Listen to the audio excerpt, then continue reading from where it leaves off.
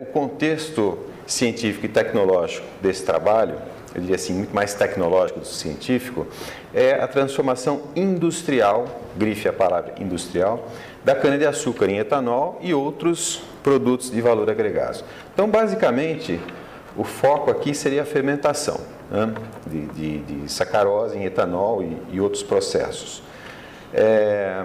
Ainda nesse contexto, principalmente, como eu disse, grifando a palavra industrial, a gente tem duas diretrizes, dois nortes magnéticos. Seria evoluir, transformar esse modelo de processamento industrial para uma biorefinaria, né, produzindo biocombustíveis que são produtos de alto volume, mais baixo valor. Né? O etanol ele tem que competir com os combustíveis fósseis que são produzidos há mais de 150 anos, portanto, acumulam grande experiência, portanto, se beneficiam de altas eficiências e, portanto, são baratos. Né? E também, possivelmente, gerar produtos de baixo volume, porém de alto valor agregado. Essa é uma das ideias. E a outra diretriz básica nossa seria aumentar, melhorar a sustentabilidade do processo. Eu destaco 3 pontos: o balanço energético. Atualmente, a indústria da cana no Brasil, o balanço é 9:1 aproximadamente. Isso é muito bom, mas tem que ser mais, tem que ser melhor, porque esse 1 aqui vai virar 0 ao longo do tempo. O balanço de água, balanço hídrico, atualmente é negativo. O valor líquido é mais ou menos de 1,5 metro cúbico a 2 metros cúbicos de água para cada metro cúbico de etanol, alguma coisa assim, de água que tem que ser importada. E um problema muito grave, a meu ver, seria o empobrecimento do solo devido à extração de nutrientes, devido à cultura intensiva. Então, isso aqui é um grande problema que tem que ser tratado. E isso, atualmente, as soluções que existem são antieconômicas. A gente tem que procurar sempre eficiência e economicidade nas escalas de processamento que devem ser a realidade. Então, quais são essas escalas? Essa figurinha eu vou apresentar bem rápido. Isso daqui é mais ou menos as rotas de processamento da indústria da cana, com alguns valores típicos. Né? Aqui se processa tipicamente 500 toneladas por hora durante 24 horas, durante 200 dias por ano. Tá? Isso aqui é mais ou menos o que se produz uma cultura de 30 mil hectares, que é a propriedade média. Certo? Então, você tem o processamento mecânico, pode retirar a palha e queimar. Isso aqui você pica, desfibra a cana, depois extrai o suco, o caldo da cana. Você pode enviar o bagaço para queima. E o caldo você pode usar para fazer açúcar. Se você está com 500 toneladas por hora, você vai produzir, se você for produzir só açúcar, cerca de 35 toneladas por hora. Se você for produzir etanol, você vai produzir 42 metros cúbicos por hora, ou seja, ao invés de enviar esse suco, esse caldo para a fabricação de açúcar, você vai fermentar, vai destilar e vai produzir aqui 42 metros cúbicos de etanol, liberando só na fermentação 2 toneladas por hora de CO2 e 500 metros cúbicos por hora de vinhaça. Esse é o grande problema, né? O grande calcanhar de Aquiles nosso aqui. Inclusive, dentro desses 500 metros cúbicos tem 1 tonelada de NPK por hora, que está vindo aqui com essa cana. Mas a ideia, então, seria introduzir uma linha de produção de etanol de segunda geração, né? Então, sacrificar um pouquinho da produção de eletricidade e, eventualmente, produzir mais etanol, podendo chegar até aqui um cálculo de Papai Noel, aqui até 82 metros cúbicos por hora. Quer dizer, isso aqui, se tudo pudesse ser convertido. Tá? E, eventualmente, também recuperar o CO2 e, principalmente, os nutrientes, gerando água limpa, ótimo, nutrientes sólidos, aqui que poderia voltar para o solo, e biodiesel ou algum produto químico de alto valor agregado. Tudo isso aqui, na verdade, eu coloquei porque, como se diz, é wishful thinking, né? Seria ótimo poder fazer isso, mas existem gargalos e impedimentos bastante sérios à realização, à implementação dessa estratégia. E uma delas é justamente a eficiência dos bioreatores nessas escalas que estão que estão colocadas aí. Por exemplo, tratar 150 toneladas por hora de bagaço, quer dizer, pré-tratar e depois hidrolisar isso. Então, isso daqui é um grande problema. Mesma coisa aqui, se formos usar um fotobioreator para fazer isso, né, que é também um reator, né, os reatores aqui, só para exemplificar, se você calcular um fotobioreator para processar essa quantidade de vinhaça, você vai precisar de fotobioreatores aí de 10 mil hectares, de 5 mil hectares, de 1/3 da sua fazenda para fotobioreator, que é totalmente inviável. Então, precisamos procurar autoeficiência nos bioreatores nessas escalas que eu destaquei. Okay? Então, só para explicar um pouquinho o problema, a gente pegou de início uma versão muito simplificada do problema, do que é o escoamento dentro de um fotobioreator. Então, e principalmente para explicar aqui, pegamos algumas equações bem simples de escoamento monofásico. Então, balanço de massa, né? Balanço de quantidade de movimento e balanço de energia. E nem coloquei as equações de conservação de espécies químicas e outras, porque eu quero, só com essas 3 equaçõezinhas aqui eu consigo destacar o que eu quero mostrar para vocês, que é o problema do upscaling. Então, se você pegar essas equações aqui, certo? Elas governam o seu bioreator. Para entender o problema do escalonamento, quer dizer, do upscaling, você pode reescrever essas equações em variáveis não dimensionais, ou variáveis adimensionais, que seria, quer dizer, essa manipulação que você faz nas equações dimensionais vão gerar novas equações, muito similares às primeiras, mas vão aparecer os famosos números adimensionais. No caso aqui da conservação de massa, aparece, quer dizer, continua dependendo da velocidade, mas aparece o número de Strual. Na quantidade de movimento, aparece Strual, Froude, Reynolds e Euler. E a quantidade de energia, vai aparecer Strual, Reynolds e Prandtl, certo? Ou seja, esse V aqui agora é um V adimensional, né? Todas as grandezas são adimensionais, mas aparecem esses números adimensionais.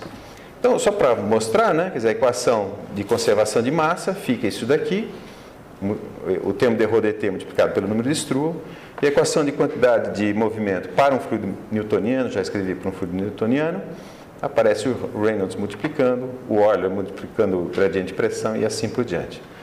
Certo? Então, para quem não está muito familiarizado com isso, essas variáveis novas que estão aqui, V, a velocidade, pressão, são adimensionais. Então, o que vai reger a dimensionalização, a escala do problema, são os números adimensionais. Ok? Então, está aqui a definição, né, desses números aqui, só para quem não está familiarizado. E uma consequência importante é o seguinte, que geometrias similares podem responder de forma completamente diferente nas mesmas condições de contorno, dependendo desses números adimensionais. Então, pegamos um exemplo muito, muito simples, que é o escoamento em torno de um cilindro, como está aqui. Então, eu tenho uma certa velocidade aqui, tá? E esse cilindro tem um diâmetro D, digamos que esse cilindro eu vou variar o diâmetro desse cilindro, certo? Só de variar o diâmetro do cilindro, eu vou mudar o número de Strual e vou mudar o número de Reynolds. Para baixo o número de Reynolds, eu tenho a formação de uma esteira bastante estável. Se isso daqui é um reator para cultivar alga, por exemplo, o que está plotado aqui em cores é a vorticidade, o rotacional da velocidade. Se é para cultivo de alga, a alga não gosta muito de cisalhamento, então ela vai ter problema nessas regiões claras aqui. Aqui vai morrer célula, certo? Mas para esse número de Reynolds é bastante pouco, né? Agora para um Reynolds mais alto, e ver o que acontece? É a mesma coisa. Assim, a geometria é totalmente similar, né? É um cilindro, no caso aqui, quadrado, né? Só mudou o diâmetro. O resto é tudo igual. E o comportamento é completamente diferente. Quer dizer, essas regiões claras de alta vorticidade está morrendo célula, né? Então, o comportamento desse sistema é totalmente diferente. Deixa eu pular. E isso a gente observa, inclusive, né, em todas as escalas. Isso aqui, por exemplo, é escoamento sobre as ilhas do arquipélago de Cabo Verde. E dá para ver essa esteira de vórtices aqui, né, que eu mostrei para vocês, mesmo em escala planetária. Okay? Aliás, a mancha de Júpiter é isso, né, um grande vórtice. Então, o problema para projetar reatores de alto desempenho, certo? É lidar com essas coisas na escala. Então, é preciso fazer uma modelagem do fenômeno, através, no caso a gente vai fazer modelagem paramétrica, definir e acessar parâmetros de desempenho do seu reator, quer dizer, o que melhora e o que piora, e implementar um algoritmo de otimização. Então, essa é a nossa estratégia. Esses parâmetros podem ser, por exemplo, a dispersão dos tempos de residência, morte de células, campos de temperaturas, deposição de sólidos e assim por diante. Isso claramente é um problema de otimização multi-objetivos, porque muitos deles são objetivos conflitantes. De novo, sempre simplificando, né? A gente pegou um sistema muito simples, um reator contínuo, um fermentador contínuo. Ele tem uma entrada aqui, o fluido entra, circula e sai por esse tubo aqui, ele sai por baixo. É como uma espécie de ciclone de ponta cabeça. Então, okay? Isso aqui é usado realmente na prática, são fermentadores contínuos. E a gente se ateve de início ao tempo de residência. Cada linha de corrente que passa ali dentro do volume tem o seu tempo de residência. Quando a gente vai dimensionar o reator, eu faço um cálculo do tempo de residência ideal, quer dizer, esse tempo de residência é dado, por exemplo, o tempo necessário para fermentar ou para acontecer uma determinada reação química. E esse tempo ideal é o quê? O volume do bioreator dividido pela taxa, né, pela descarga de entrada. Mas esse é um tempo médio, porque cada linha de corrente que passa aqui, por exemplo, no caso do ciclista, vai ter um certo tempo de residência que é dado por essa integral, quer dizer, vai depender das velocidades locais. Tá? Portanto, na verdade, você tem uma distribuição de tempos de residência. Algumas partículas do seu reator vão passar mais tempo ou menos tempo dentro do reator em relação ao tempo ideal, dependendo das linhas de corrente. Então, são aqui alguns resultados de simulação. Aqui está traçado as linhas de corrente daquele modelo e em cores é a escala de velocidades. Quer dizer, quanto mais claro e vermelho, mais alta a velocidade. Dá para ver nitidamente, né, que dependendo da linha que a partícula segue, ela passa a tempos diferentes. Ok? Então, se você começar com uma geometria inicial, né, como a gente diz em São Carlos, você pode ter uma distribuição de tempo de residência maluca sim. Quer dizer, o seu tempo ideal é essa linha aqui, que é um tempo médio, e essa média é, na verdade, gerada por partículas que passaram pouco tempo dentro do reator, portanto, não reagiram direito. Partículas que eu falo, partícula de fluido, né? Pode ser uma célula, tá? E partículas que passam tempo demais dentro do reator. Então, são zonas de recirculação. E a ideia é, poxa, como é que eu mexo na geometria do reator para melhorar essa distribuição de tempos, para ficar o mais possível concentrada em torno da região ideal. Aqui seria uma situação em que eu tenho, está vendo as partículas, né? Algumas já saíram, não sei se vocês percebem, outras ficam circulando lá quase que eternamente. E aqui uma geometria um pouco melhor. Algumas já vão sair aqui, ó, quer ver? Tá?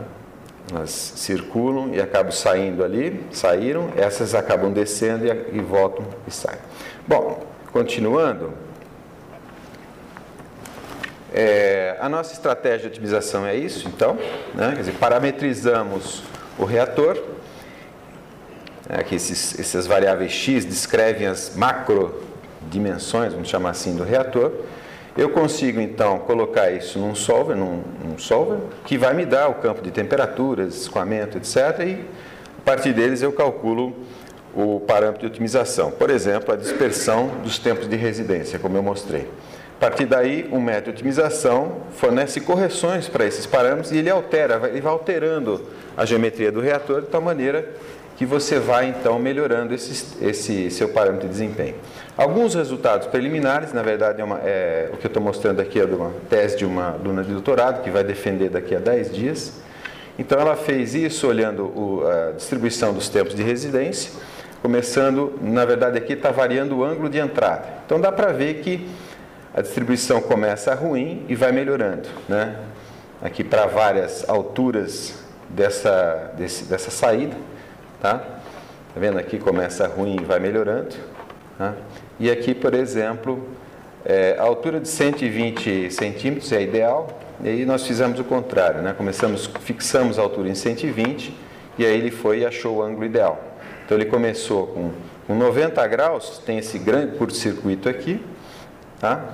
E com 22,45, a curva vermelha está em cima da azul clara, está embaixo da azul clara, por isso que não aparece. E o ângulo ideal aqui, 67,5. Esses resultados, obviamente, são muito grosseiros ainda, mas o esforço computacional que está por trás é grande. Então, concluindo, o nosso objetivo fundamental foi alcançado, o objetivo do projeto BioEM, que termina agora também em agosto, a vigência. Quer dizer, o método de projeto foi desenvolvido de forma bem sucedida e a gente já está pensando na transferência tecnológica e novos passos. Pretendemos fazer testes em escala piloto industrial e laboratório piloto industrial para verificar realmente essas coisas todas, incrementar um pouco a modelagem, passar para multifásico, que no caso nem é muito complicado, mas principalmente incluir as equações bioquímicas. Já existe está até aqui na plateia, a Patrícia, que está estudando isso daqui, né, no seu projeto de pós-doutorado, e implementar novos parâmetros de desempenho, principalmente a tensão de cisalhamento. Isso aqui foi feito pela Evelise, que vai defender semana que vem, problema de sedimentação e problema de propagação de luz dentro do reator, porque a gente está trabalhando também com fotobioreatores, né? Então é isso, muito obrigado.